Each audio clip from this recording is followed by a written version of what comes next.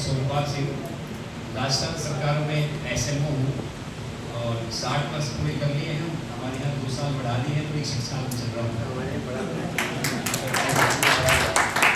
और सर, आयुर्वेद एक ऐसा संगम है कि जिसमें हम जितना लेना चाहें उतना ले सकते हैं। लेकिन जैसा कि अभी बताया कि जब हम पढ़ते थे तो हमने भी ऐसा ही देखा आयुर्वेद में शायद मरीजों की कमी है। मैंने 89 में ग्रेजुएशन किया था और चूंकि हरियाणा से अस्तित्व से किया था, यहाँ पर पूरा ही बॉर्डर के ऊपर फोकस रहता है। मैं जो है 93 में गवर्नमेंट सर्विस में गया था और वहाँ जब सर्विस करते थे तो हमने ये देखा कि हमारे पढ़ते टाइम भी कॉलेज में भी पेशेंटों की कमी थी और सर्विस की तो भी वहाँ पर ऐसा ही लगता था, गांव में भेज दिया तो शायद पेशेंट आते थे और हमने सोचा कि तो शायद ये जिंदगी तो पेशेंटों के साथ ऐसी निकलेगी, कोई आएगा कुछ खाएगा। फिर क्या हुआ कि 2000 में एक बार मेरा आयुर्वेद से विमुख भी हो गया था, भाई पेशेंटों में बहुत ज़्यादा कुछ दम नहीं है। और मैंने राजस्थान सरकार में ही दोबारा मिलके और अपना डेप्यूटेशन करा लिया था ICDS के अंदर। मैं 8 साल CDPO रहा राजस्थान सरकार में ICDS के अंदर। उसके बाद 2 साल में मैं डिप्टी डायरेक्टर रहा ICDS के अंदर अलवर में।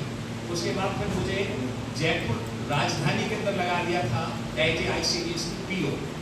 तो वहाँ जब रहा तो ब्यूरोक्रेट से काफ़ी आपस में कहना सुनना होता था, बहुत कुछ होता था।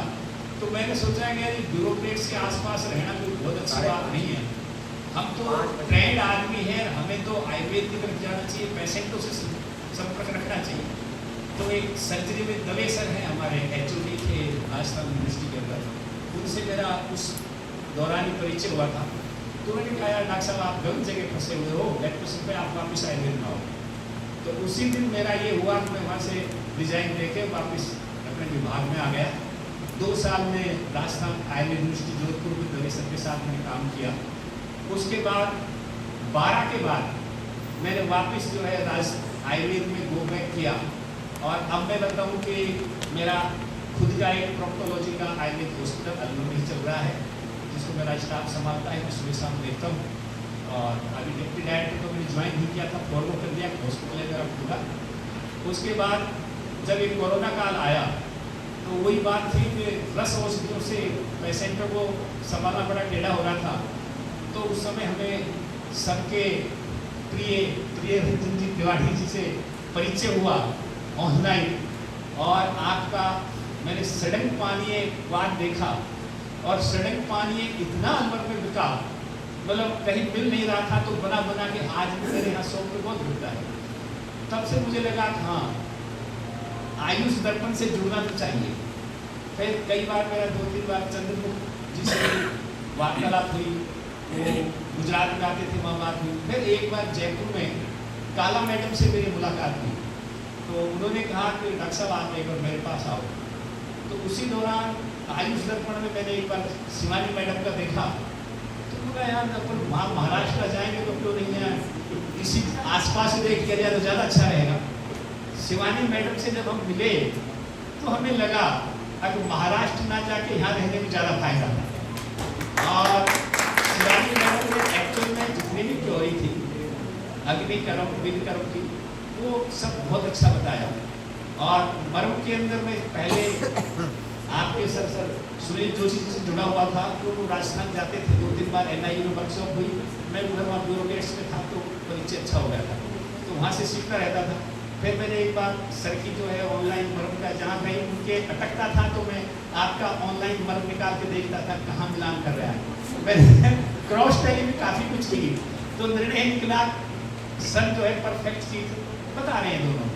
तो इस तरह से मैं जो है आयुष दर्पण से जुड़ा और आयुष दर्पण में अब मुझे लग रहा है एक्चुअल में आयुष दर्पण आयुर्वेद को बढ़ाने के लिए और आयुर्वेद का विकास करने के लिए बहुत सही एक रास्ता है।